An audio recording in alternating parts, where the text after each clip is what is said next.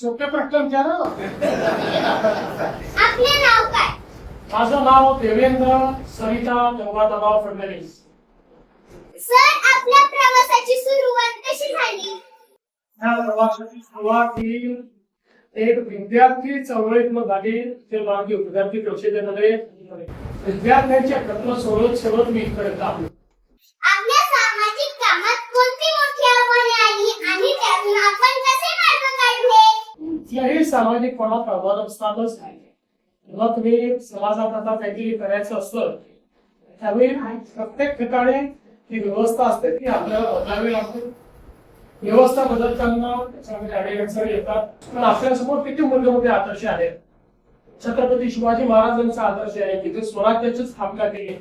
त्यांना स्वराज्याची स्थापना करताना मुलाची लढावं लागलं, काही तुम्हाला स्वकीयाची लढावं लागलं, पण त्यांनी त्या आव्हानाचा सामना करून व्यवस्था उभी केली. समोर भारतरत्न डॉक्टर बाबासाहेब आंबेडकरांचा आदेश आहे. चांगलं काम जर आपण केलं तर चांगल्या कामामध्ये आपण यशस्वीच होतो, कधी अयशस्वी होतो. ओके. आपल्या कारकिर्दीतला असा कोणता अनुभव आहे जो आजही लक्षात आहे आणि प्रेरणा देतो? असे खूप अनुभव आहे, पण आजचा अनुभव जास्त लक्षात राहील. तू घेतलेली मुला आजच्या डिजिटल युगात आपण शिक्षण क्षेत्रात कोणते बदल करू इच्छिता? मला असं वाटतं की डिजिटल शिक्षण खूप महत्वाचं आहे.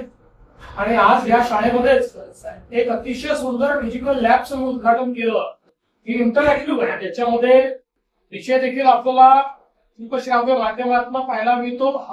त्याच्यानंतर त्याच्यावर प्रश्न देखील आपल्याला विचारता येतात आणि त्याच्यावर आपल्याला परीक्षाही देता येतात. मला असं वाटतं की आता डिजिटल युगामध्ये डिजिटल शिक्षण हे अत्यंत महत्वाचं आहे. प्रत्येकाकरता डिजिटल शिक्षणामुळे शिक्षणाची दारं उघडलेली आहेत. जगातली कुठली गोष्ट ही आता आपल्याला शिकता येते.